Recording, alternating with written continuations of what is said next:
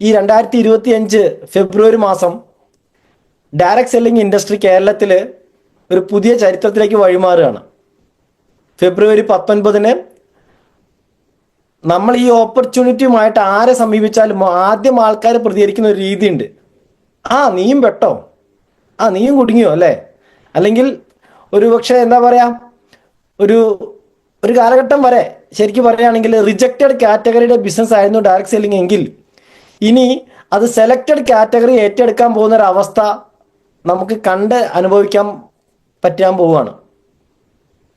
കാരണം നമ്മുടെ chief minister നേരിട്ടാണ് നമ്മുടെ ഉപഭോക്തൃകാര്യ വകുപ്പ് GR അനിൽ സാർ എന്നിവരുടെ എല്ലാം നേതൃത്വത്തിലാണ് ഈ വരുന്ന 19-ാം തീയതി നമ്മുടെ ഏറ്റവും പുതിയ മാർഗനിർദ്ദേശങ്ങളുടെ ലോഞ്ചിങ് നടക്കാൻ പോണത് തിരുവനന്തപുരത്ത് വെച്ചിട്ട്. ഒരുപക്ഷെ നാട്ടുകാർ കളിയാക്കുന്ന മേഖലയ്ക്ക് വേണ്ടി ഗവൺമെന്റും നമ്മുടെ കൺസ്യൂമർ അഫയേഴ്സ് ഡിപ്പാർട്ട്മെന്റൊക്കെ ഇത്രയും സീരിയസ്നെസ് എടുക്കുന്നത് കാണുമ്പോഴാണ് നാട്ടുകാർക്ക് മനസ്സിലാവുക. ഇത്ര കാലം മൾട്ടി ലെവൽ മാർക്കറ്റിംഗ് ബിസിനസ് ചെയ്യുന്നവന് എല്ലാ ആൾക്കാരും കള്ളന്മാരും, ആർക്കും ചെയ്യാൻ എന്താ പറഞ്ഞ പണിയില്ലാത്തവൻ്റെ പണിയെന്നും അതല്ലെങ്കിൽ എന്താ പറഞ്ഞ വിവരം കെട്ടവൻ്റെ പണിയെന്നും പറ്റിക്കുന്ന പണിയെന്നൊക്കെയായിരുന്നു. പക്ഷേ ഇത് കഴിയുമ്പം ഞാൻ പറഞ്ഞു വെച്ചാൽ ഡയറക്റ്റ് സെല്ലിംഗ് ബിസിനസ് ചെയ്യാത്തവനാണ് വിഡ്ഢി.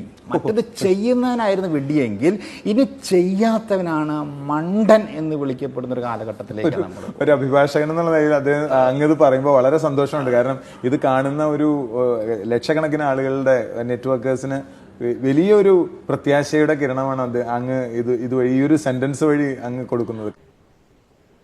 ഇത്രയും നാൾ ഇത് ചെയ്തവരെ മണ്ടന്മാർ എന്ന് വിളിച്ചിട്ടുണ്ടെങ്കിൽ ഇനി മുതൽ ചെയ്യാത്തവരായിരിക്കും മണ്ടന്മാർ. ആ അവസ്ഥയിലേക്ക് ഗവൺമെന്റ് ഇടപെട്ട് കാര്യങ്ങൾ മാറ്റുകയാണ്. ഈ മാറ്റം നമുക്ക് ഉപകാരപ്രദമായ രീതിയിൽ എത്തണമെങ്കിൽ നമ്മൾ മനസ്സിലാക്കേണ്ട കാര്യം, ഒന്ന്, നമ്മൾ ഈ മേഖലയിൽ ഉണ്ടായിരിക്കുക എന്നുള്ളതാണ് ഏറ്റവും പരമപ്രധാനമായ കാര്യം. വളരെ ലൈവായിട്ട് നമ്മുടെ ടീമിനെ ലൈവാക്കി, ഇപ്പം നമ്മുടെ കൂടെ ഒരാളാണോ ഉള്ളത്, 2 ആളാണോ, 5 ആളാണോ, 10 ആണോ, 100 ആണോ, അവരെല്ലാം ലൈവാക്കി നിലനിർത്താൻ ഏതൊരു ലീഡറും ശ്രദ്ധിക്കേണ്ട പ്രധാനപ്പെട്ട സമയത്തിലൂടെയാണ് നമ്മൾ കടന്നു പോകുന്നത്.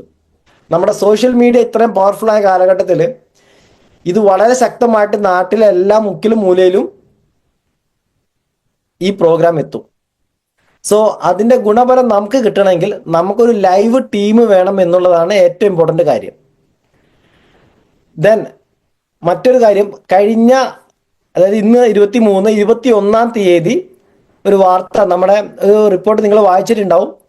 52% മലയാളികളും ആയുർവേദ അല്ലെങ്കിൽ ആയുഷ് മെത്തേഡിനെയാണ് ഇഷ്ടപ്പെടുന്നത് എന്നുള്ളൊരു ഗവൺമെന്റ് സർവേ റിപ്പോർട്ട് നിങ്ങളൊക്കെ വായിച്ചിട്ടുണ്ടാകുമെന്ന് വിചാരിക്കുന്നു. ഗ്രൂപ്പിലൊക്കെ വന്നിട്ടുണ്ടായിരുന്നു.